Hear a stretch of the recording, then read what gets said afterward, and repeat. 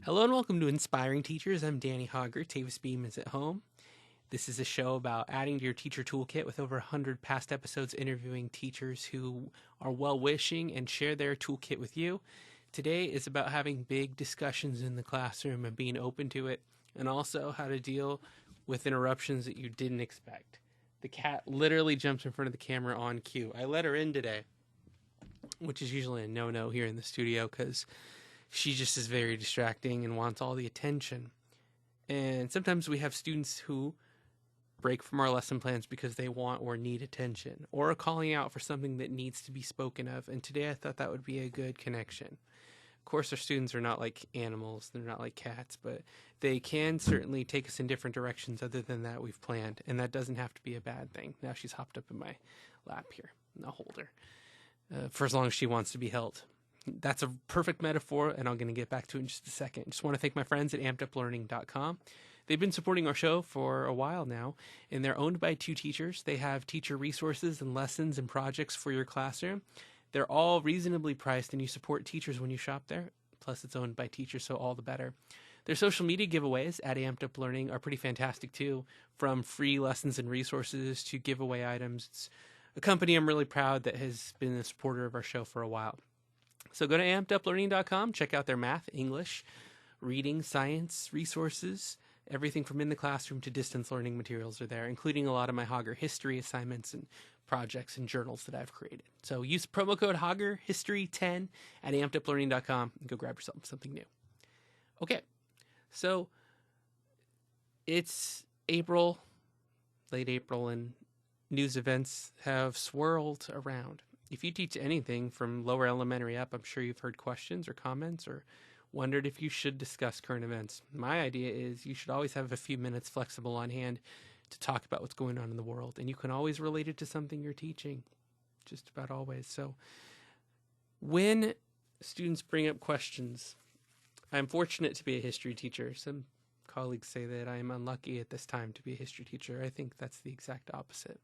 You want students to be interested in your class, to be inquisitive, to have their minds wrapped around, and you don't have to try very hard to reach a student who has a question or wants to talk about something that's going on in current events. And we should embrace that, offer that as a forum, and even if there's a distraction, set the ground rules so that all conversations can lead to positive roads and build classroom community. A couple episodes ago, I talked about my oral heritage project where students go and interview someone in their family. A lot of them document how they got to the city that we're in right now and through the various roads and thousands of miles, family journeys that have brought them there.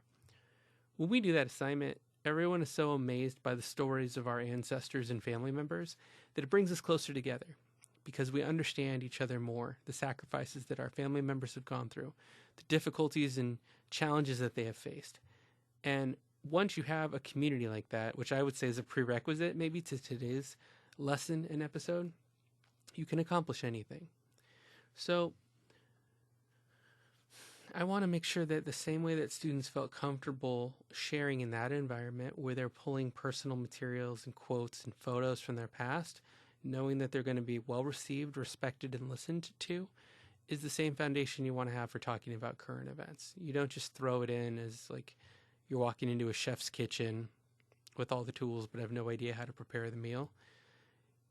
There should be some ground rules, and I think they're mostly resolved around listening, letting someone finish a point, restating somebody's statement so we're not taking each other out of context.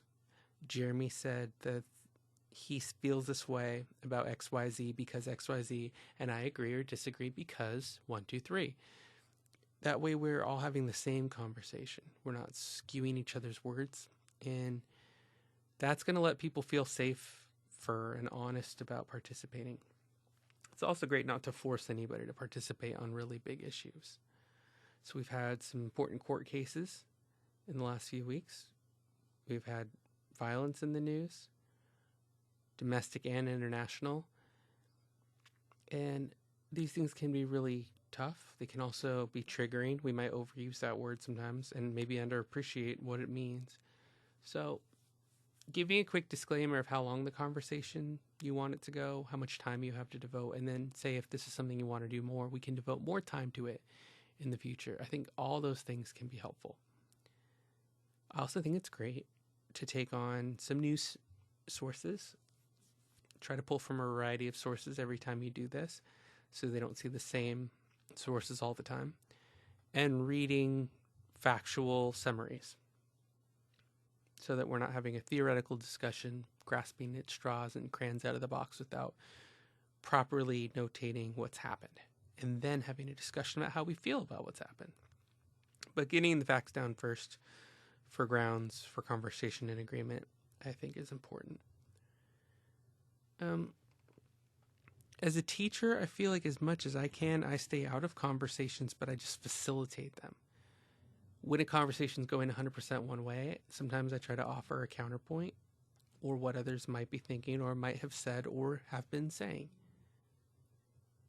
In debate, we call it inoculation, meaning here's what people might say against this. Before they speak about that, I want to tell you why I disagree with those notions. And that can also help give scaffolding to an argument.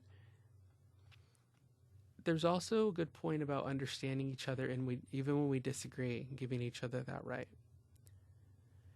The tone that I'm using right now is similar to the tone I would use in the classroom. It's kind of neutral and reflective. I'm thinking carefully about each sentence. I'm not going to speak perfectly, and I might make mistakes, and I should make that clear to the class as well. But I'm going to try to think about what some of the other viewpoints about what I'm about to say are while I'm speaking. And if we can each keep in mind that as well when we're using words and choosing our words, because they can mean a lot. In the last 2 years, I have not had a discussion get out of hand because of the ground rules that I just talked about. I think we all care for each other a lot, and I've given students by this point grounds to disagree with me or each other kindly and with kindness. And most students feel comfortable participating in my room because of that. I feel like it also helps to tell them how much you care about them. They have been my sense of normalcy all through the last 18 months of the pandemic, that I've looked forward to speaking to them every week or every Zoom or every class meeting. When you have that, I feel like that might be what we're lacking sometimes as a society, even a global society. And that's where there's not that basis of caring to start the conversation. You get that down and you could talk about anything. We've gone through presidential elections for my last 6 years teaching, and we've always been able to have a productive discussion. Even if it doesn't draw a conclusion that's satisfying to everyone, or have a conclusion that can be summed up at the end of a class period. But going there, doing that, bringing topics up, and letting them stay for as long as students find them relevant, I think helps everyone. It helps students who have a lot on their minds, clarifies some of the facts, helps them see different perspectives, helps them understand each other, face each other, make eye contact, and share, and be shared with, and listen. Because once they leave high school, they may not have as many pockets of diversity with them as much as I recall my college experience being kind of oneness. Although I switched colleges and found different onenesses, different places, and fantastic people wherever I went.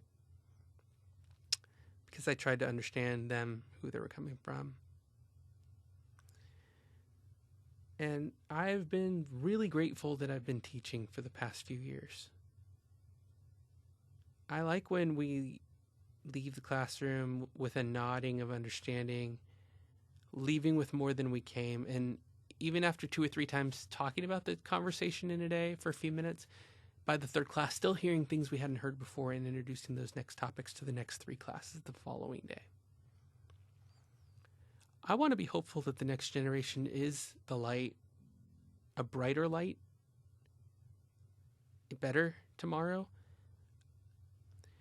In a lot of ways, I think my generation has been to the previous as well. Like we lose some things and we gain some things, right? Communication skills, verbal ability, written ability, computer skills.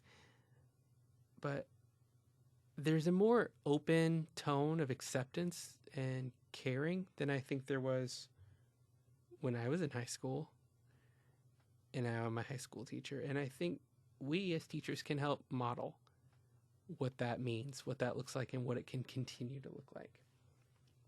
So that's my assignment for you. What do you think? What works in your classrooms? Leave a comment down below. And I wish you wellness and caring and heart to talk about these big topics. And I hope that you give students a place where they are safe and maybe feel a bit better, develop new skills and understanding because of this. We all need each other. Thank you very much for listening. Like, share, subscribe, share it with the teacher in your life. Until next time, class is dismissed. Thanks, everybody.